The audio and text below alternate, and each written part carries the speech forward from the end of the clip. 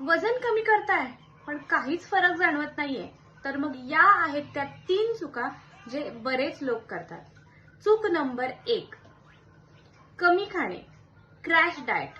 Crash डाएटच्या नावाखाली अन्न कमी खाणे, यामुळे वजन कमी होत नाही पण आपली एनर्जी कमी होते आणि नंतर वजन परत वाढतं. चूक नंबर 2, व्यायाम न करणे.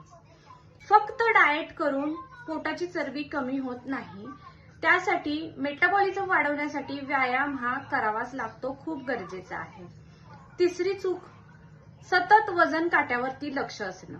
याचा अर्थ असा की बऱ्याचदा चरबी कमी होते पण मसल्स वाढल्यामुळे वजन कमी झालंय असं आपल्याला लक्षात येत नाही, असं आपल्याला वाटतच नाही.